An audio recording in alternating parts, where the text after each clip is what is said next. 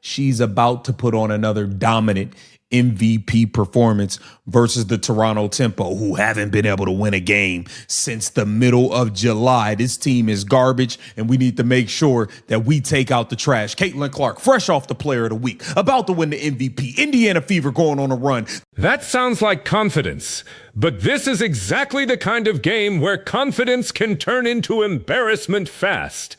Indiana is supposed to handle Toronto. The real question is whether they play like it from the opening possession. 1, 2, 3, 4, 5, 6, 7, 8, 9, 10 straight games. They've lost 10 straight games. They have not won a game since July 12th. We are almost in September. This team is hot garbage, and you need to make sure you make them look like the hot garbage that 10 straight losses. No wins since July 12th. On paper, this should not be complicated, and that is precisely why this matchup is interesting, because nobody is going to congratulate Indiana for beating a team riding a losing streak like that. If the Fever win comfortably, everybody says they did what they were supposed to do.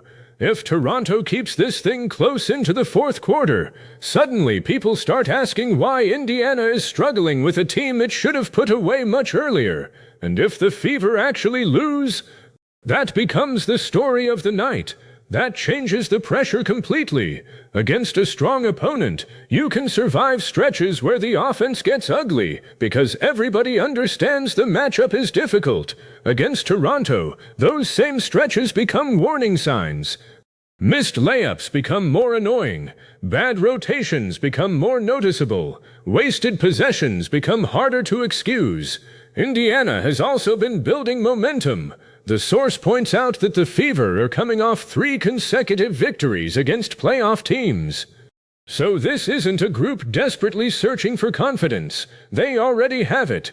The challenge is carrying that same urgency into a game where the opponent's record gives you every psychological excuse to relax.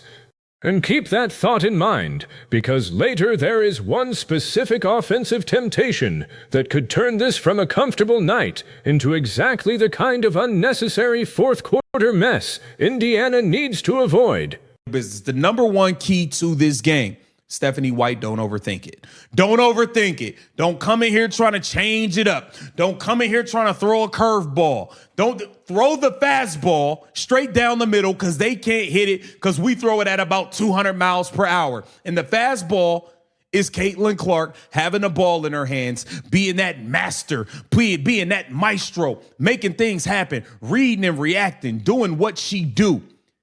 There is the first real key. And it has nothing to do with inventing some complicated new system. Put Caitlin Clark in control. When Clark has the ball and is allowed to read the defense instead of simply entering a possession as one piece of a predetermined action, Indiana becomes much harder to predict. She can push pace before the defense gets organized. She can manipulate the first defender, force help, hit the roller, find the weak side shooter, attack the middle of the floor, or keep the possession herself if the defense gives her space. That matters even more against a team Indiana believes it has a talent advantage over. There can be a temptation in these matchups to experiment. Maybe give somebody else more possessions. Maybe try a different lineup combination. Maybe slow the game down, because you assume eventually your talent will win. Why? If your biggest advantage is your primary playmaker controlling the game, use the advantage immediately. Build separation first. Experiment later. The source describes Clark as coming off Player of the Week and averaging roughly 26 points and 10 assists over the previous 4 games. Whatever somebody thinks about MVP debates or individual rankings, that production tells you the obvious thing. She is currently in rhythm. Coaching should make basketball easier when a player is in that kind of rhythm, not harder. Toronto's best chance is probably not surviving 4 quarters of Indiana playing clean basketball. Their chance is getting Indiana to play fragmented basketball, slow possessions, forced shots, empty trips, a couple turnovers. Suddenly a team that entered with nothing to lose starts believing it can steal one.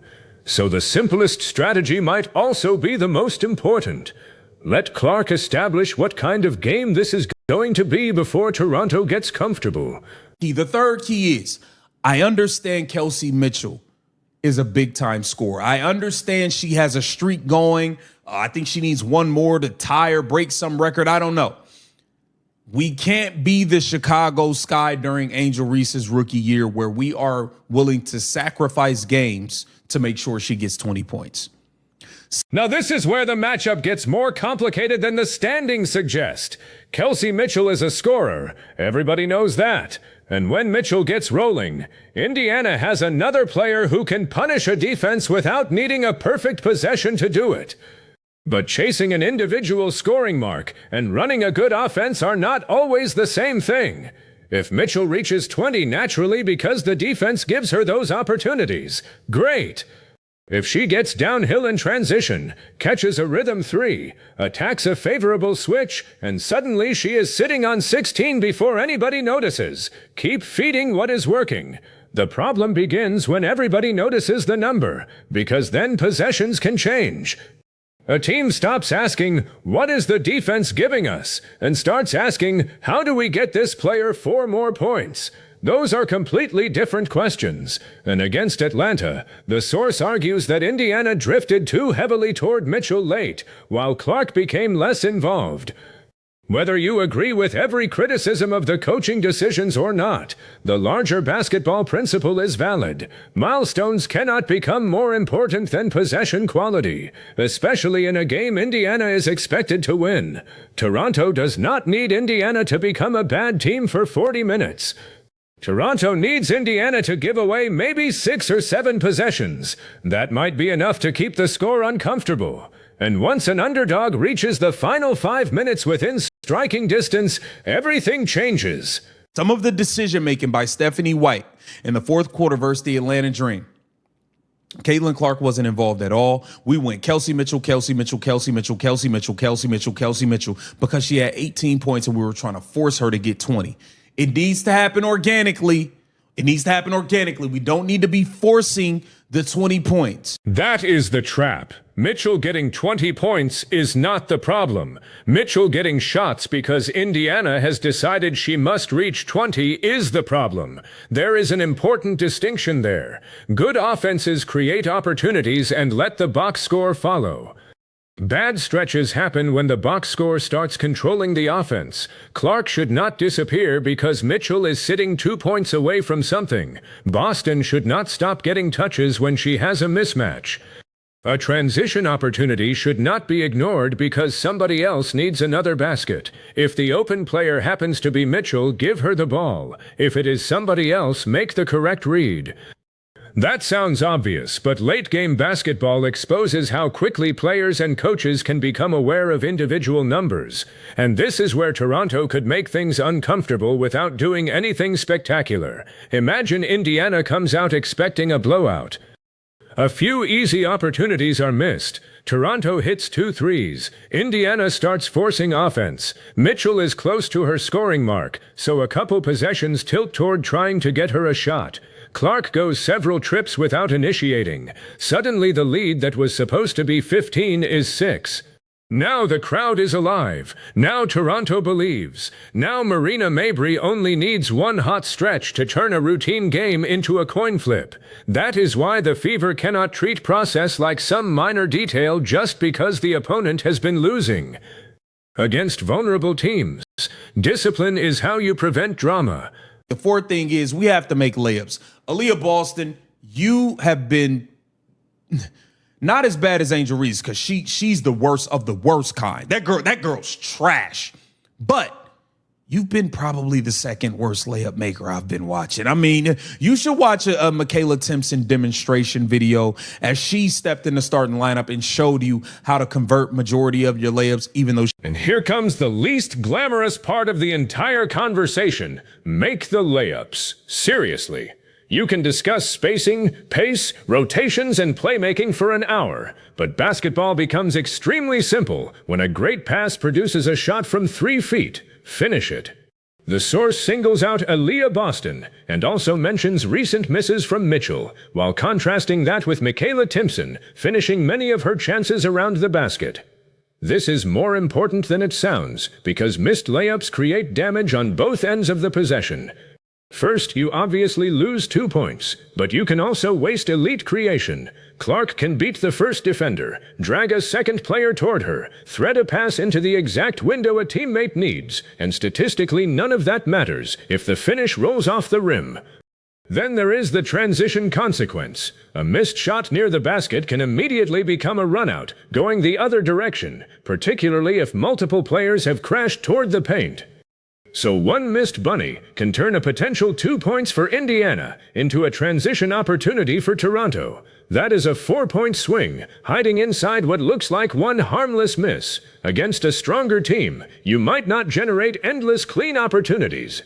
Against Toronto, Indiana should expect to create enough of them that finishing becomes the separator between an easy night and an annoying one. And this is also where the Clark assist conversation can get misleading if you only stare at the final box score. A point guard can create excellent offense without receiving an assist every time. What matters is whether the process is producing quality looks. If Clark creates them tonight, the responsibility shifts to everybody else. Catch it. Gather yourself. Finish the play.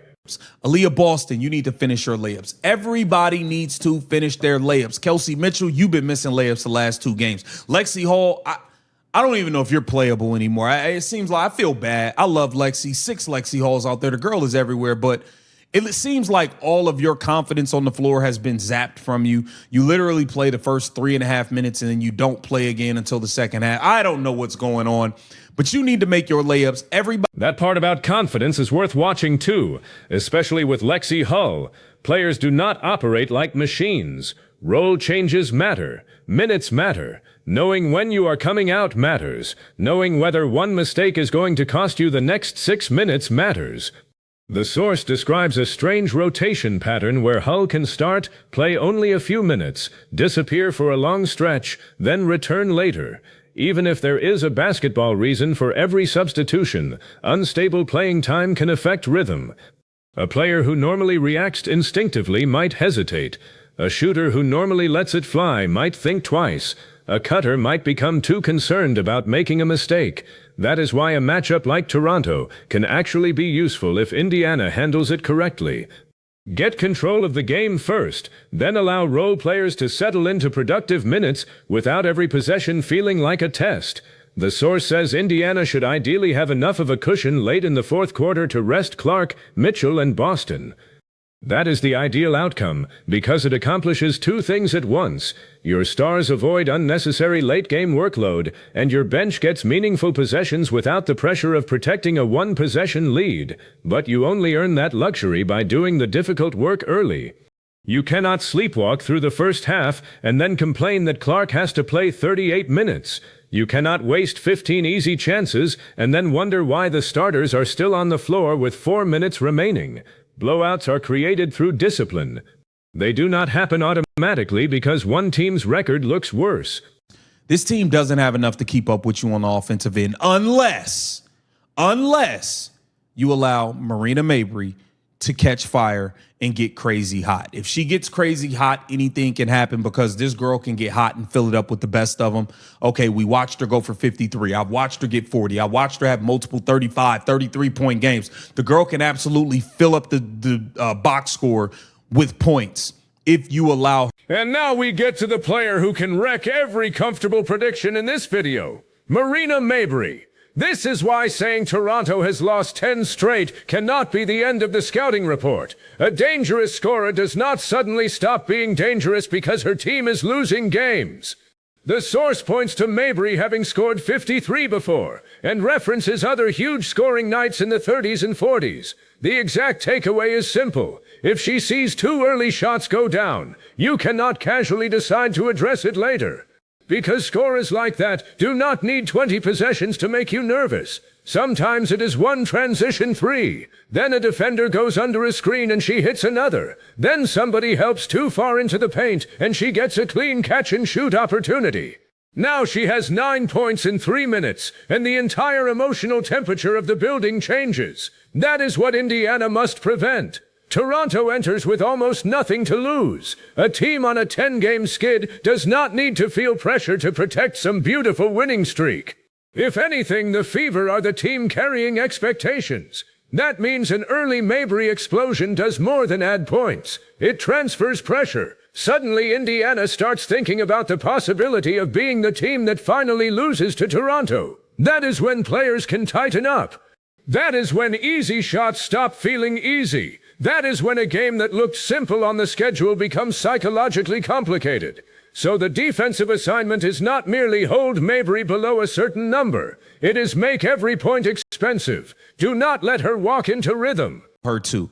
Okay, you got to make her work defensively, put her in defensive actions, get her on Kelsey Mitchell, get her on Caitlin Clark. You got to wear her down on the defensive end as well and not just allow her to save her energy for offense. But when she is on offense, look, we need to blitz her, get the ball out of her hands, force somebody else on this team to beat you. I don't believe they have another option that can beat you consistently throughout. This is the part of the game plan I like most because it attacks the problem from both sides. Do not only guard Mabry. Make Mabry guard.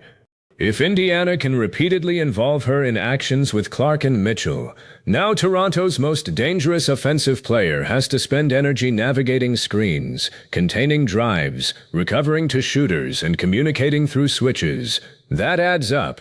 Every possession where she has to chase Mitchell is energy she cannot completely save for creating offense. Every time Clark forces her into a decision in pick-and-roll coverage, she has to process something on the defensive end before Toronto gets the ball back.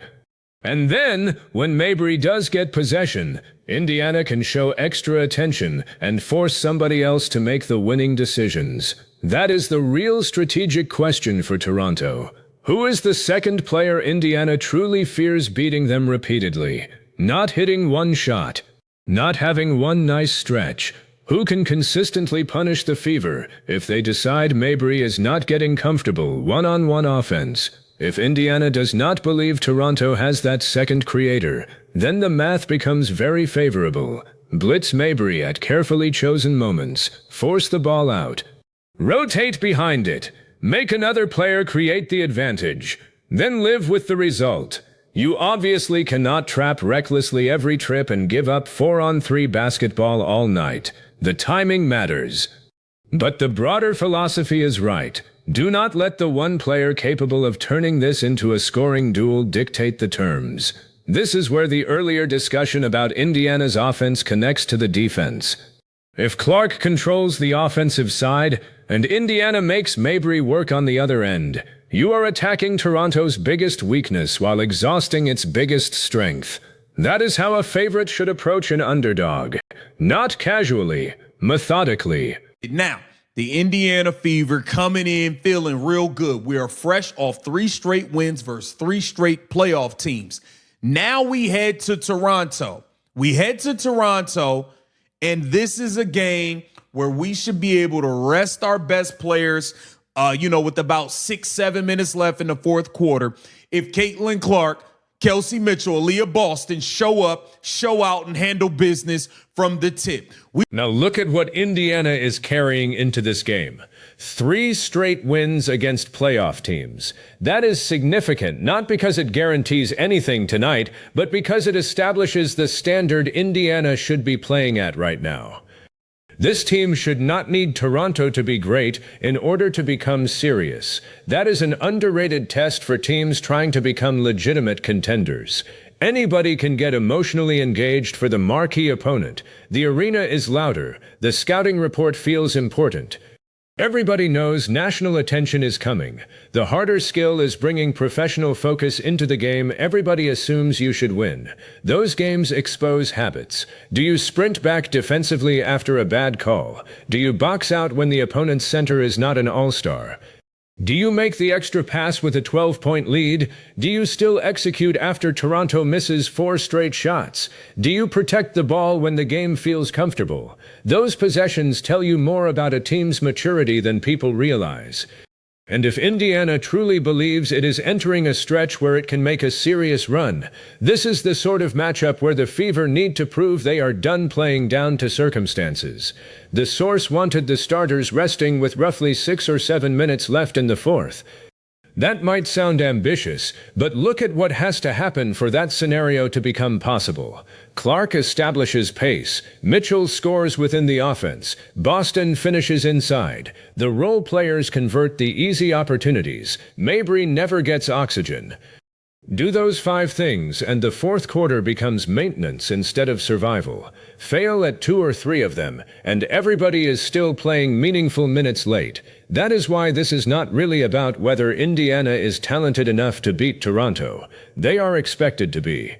It is about whether they are disciplined enough to make the talent gap obvious. We don't need to come in here half-stepping. This is still a professional team. They still have a player on their team that scored 53 points in Marina Mabry. And in any given Sunday, you come in lacking, you can get your you-know-what handed to you. We're going to get into the keys for the game. But before that, let's get into the injury report ahead. So that is what I am watching from the opening tip. Not just whether Indiana wins, how do they win? Does Clark control the tempo immediately, or are we watching possessions where she becomes a spectator? Does Mitchell's scoring come naturally, or does the offense start hunting a number? Does Boston punish Toronto around the rim and convert the chances created for her? Does Indiana make Mabry defend before asking her to carry Toronto's offense? And most importantly, can the Fever finish this game without creating unnecessary drama for themselves? Because if Indiana wants to be treated like a serious team on a serious run, this is part of the job. You beat the teams you're supposed to beat. You do not give a struggling opponent belief. You do not turn a comfortable matchup into another exhausting late-game coin flip. You do not need Clark performing emergency surgery every fourth quarter because the first 3 quarters were sloppy. Come out sharp, build the separation, make Toronto feel that 10-game losing streak instead of giving them reason to believe tonight is finally different, and get your stars off the floor when the game is decided. Now you make the call. Does Indiana handle business comfortably and turn this into the Clark show everybody expects? Or does Toronto drag them into another stressful fourth quarter behind a huge Marina Mabry performance? Get down in the comments and pick one. And if you're riding with the Fever tonight, like the video, subscribe, hit the bell, and join the conversation because this game should tell us a lot about whether Indiana has finally learned how to put teams away. Okay, let's not make this a stressful game. Let's show up, let's handle business, and get the hell out of there. What says you? Get down in the comments. Let me know what you think. Join me for that live stream. Just keep the vision. And this is the warning that keeps the entire prediction from becoming disrespectful. Toronto is still a professional basketball team. That sentence matters. A 10-game losing streak tells you what has happened. It does not tell you what must happen next. There is no rule saying loss number 11 automatically arrives because Indiana walks into the building. And that is ultimately the hidden danger in this matchup. The biggest threat to the Fever is probably not some mysterious Toronto tactical adjustment nobody has discovered yet. It is Indiana convincing itself the game is already won. That is the payoff. Everything we have discussed leads back to that one idea. If Stephanie White overcomplicates the offense, Indiana creates openings for Toronto. If Clark spends too many possessions away from the action, Indiana removes its best organizer from the game. If Mitchell's scoring streak becomes something they consciously chase, possession quality can slip. If Boston, Mitchell, Hull, and everybody else leave easy finishes on the rim, Toronto survives possessions it should lose. If Mabry is allowed to stay fresh defensively and find rhythm offensively, Toronto suddenly has a legitimate path to a shootout. None of those issues individually should beat Indiana. Stack them together, now you have a problem. That is how upsets usually happen. Not because the underdog suddenly becomes overwhelmingly superior for 40 minutes, but because the favorite keeps opening little doors. One turnover. One missed layup, one bad matchup, one heat check shot, one unnecessary possession where the primary playmaker never touches the ball, one defensive mistake that turns into a 3. Do that often enough and the scoreboard stops caring what the records were before tip-off. So Indiana's mission should be boringly professional. Play through the best decision maker, take the efficient shot, finish at the rim, defend Toronto's most dangerous scorer with intention, build the lead, then rest people. That is championship-level behavior against a struggling opponent. And there is another reason it matters. Clark is playing at a level where every game is becoming part of a larger conversation about where Indiana can go this season. The worst thing the Fever can do is turn every matchup into a test of how much brilliance Clark needs to produce just to rescue them. She should not need a heroic fourth quarter tonight. If she ends up needing one, something earlier probably went wrong. The strongest version of Indiana is not Clark scoring 40, because everything around her collapsed. It is Clark controlling the game so thoroughly that she does not need to. That might mean 28 points. Maybe it means 18 assists. Maybe Mitchell becomes the leading scorer.